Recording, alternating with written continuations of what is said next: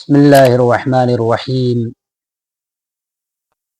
حدیث قدسی میں آتا ہے کہ اللہ رب العزت نے روزے کی جو عبادت ہے اس کا ایک اونچا مقام بیان فرمایا ہے۔ روزے کا بے انتہا اجر و ثواب کا تذکرہ کیا ہے۔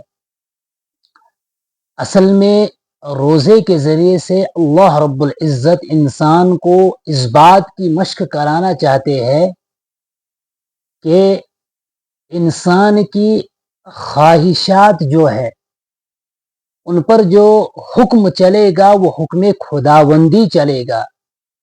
اصل یہی ہے کہ ہر چیز جو ہے اس میں اللہ رب العزت کی منشا کے مطابق انسان چلے، اللہ یہی چاہتے ہیں۔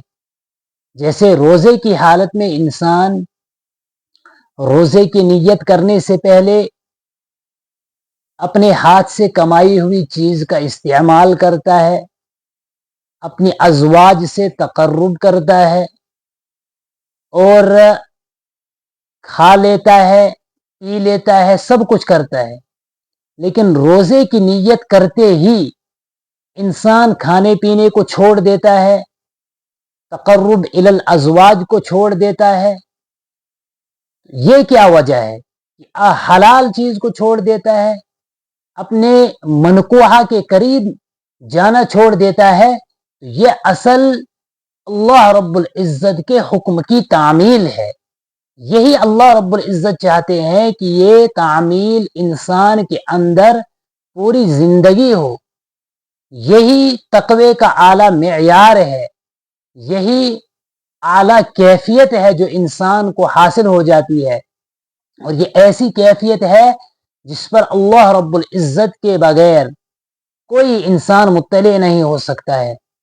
اللہ رب العزت جانتے ہیں یہ کس انسان کے اندر یہ کیفیت ہے، کس کے اندر یہ کیفیت نہیں ہے۔ تو روزے کے ذریعے سے بھی ہمیں یہی مشق کروائی جاتی ہے کہ انسان جو ہے جس طریقے سے روزے کی حالت میں حلال چیزوں کو چھوڑ دیتا ہے، روزے کے علاوہ بھی وہ حرام چیزوں سے اسی طریقے سے اجتناب کرے۔ سیدنا ابو ہریرہ رضی اللہ تعالی عنہ حدیث کے راوی ہے، وہ نقل کرتے ہیں کہ نبی علیہ السلام نے ارشاد فرمایا، کل عمل ابن آدم یضاعف الحسنۃ بعشر امثالها الى 700 ضعف، ابن آدم کے ہر عمل کو دوگنا کیا جاتا ہے، اس پر جو اس کو اجر و ثواب ملتا ہے اس کو بڑھایا جاتا ہے، 700 گنا تک کیا جاتا ہے جو بھی اس کا عمل ہوتا ہے۔ لیکن اللہ رب العزت فرماتے ہیں، قال اللہ تعالی الا الصوم، یعنی ابن آدم جو ہے جو بھی نیک عمل کرے گا، نماز پڑھے گا، زکوٰۃ ادا کرے گا، صدقات دے گا، خیرات دے گا، اس میں جس قسم کا اخلاص ہوگا، جس قسم کا خضوع ہوگا، اس میں جس قسم کی اس عمل میں رعایت کی گئی ہو، احکام کی طور طریقے کی جس طریقے سے رعایت کی گئی ہو، اسی اعتبار سے اس کو ثواب ملتا رہے گا۔ لیکن روزہ جو ہے، روزے کے بارے میں اللہ رب العزت فرماتے ہیں کہ الا الصوم، سوائے روزے کے، فإنہ لی وأنا أجزئ به، کہ روزہ میرے لیے ہے اور میں روزے کا بدلہ انسان کو عطا کروں گا۔ وأنا أجزئ به يدع شهوته، اس نے میرے لیے اپنی نفسانی خواہشات کو چھوڑ دیا، وطعامه، اور کھانے کو چھوڑ دیا، کیوں؟ من اجلی، میرے لیے۔ پھر اللہ رب العزت فرماتے ہیں، للصائم فرحتان، روزے دار کو دو خوشیاں ہوتی ہے۔ روزے دار کے لیے دو مقام ایسے ہوتے ہیں جب وہ خوش ہوتا ہے۔ نمبر 1، عند فطرہ، جب روزے دار افطار کرتا ہے، وفرحۃ عند لقاء ربہ، اور دوسری خوشی اس وقت اس کو ہوتی ہے جب وہ اپنے پروردگار سے ملاقات کرتا ہے۔ وَلَخُلُوفُ فَمِ الصَّائِمِ اطیب عند اللہ من ریح المسک، روزے دار کے منہ کی جو بو ہے یہ اللہ کے یہاں مشک سے زیادہ پسندیدہ اور بہتر ہے۔ تو نبی علیہ الصلوۃ والسلام نے آگے فرمایا کہ وَالصِّيَامُ جُنَّةٌ، روزہ گناہوں سے ڈھال ہے۔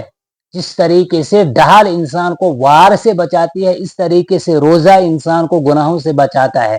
اب روزہ رکھ کر کن چیزوں کی رعایت کرنی ہے اس کو آگے ذکر فرمایا۔ وَإِذَا كَانَ يَوْمٌ، جب ایسا دن ہو کہ يَصُومُ أَحَدُكُمْ، جس میں کوئی بھی انسان تم میں سے روزہ رکھے گا، فَلَا يَرْفُث، تو اس کو چاہے کہ وہ گالی گلوچ نہ دے، اس کو چاہے کہ وہ برا بلا نہ کہے، وَلَا يَزْخَبْ، کسی کو برا بلا نہ کہے، فَإِنَّ صَابَّهُ أَحَدٌ أَوْ قَاتَلَهُ، اگر کوئی شخص اس کو گالی گلوچ دے گا، کوئی شخص اس کے ساتھ قتال کرنے پہ اترے گا، لڑائی کرنے پہ اترے گا، فَلْيَقُلْ إِنِّي امْرُؤٌ صَائِمٌ، تو اس کو چاہے کہ وہ سامنے والے کو کہے کہ میں روزے سے ہوں۔ یعنی روزے کی حالت میں انسان جو ہے تمام تر بری چیزوں سے بچے اور اپنے روزے کو اس قابل بنائے کہ وہ روزہ اس کو رب کی رضا دلا سکے، وہ روزہ اس کو رب کی بنائی ہوئی جنت جو اس روزے دار کے لیے ہے وہ دلا سکے۔ ایسا روزہ انسان کو چاہے کہ اس اپنے روزے کو بنائے۔ اس حدیث میں اللہ رب العزت نے جو نبی علیہ الصلوۃ والسلام نے جو ارشاد فرمایا، حدیث قدسی ہے، روزے کی اہمیت اور روزے پر ملنے والے ثواب جو ہے اس کا تذکرہ کیا۔ اللہ رب العزت ہمیں بھی اچھی طریقے سے روزہ رکھنے کی توفیق عطا فرمائے اور اس پر ملنے والا جو ثواب ہے وہ ہم کو بھی عنایت فرمائے۔ آمین برحمتک یا ارحم الراحمین۔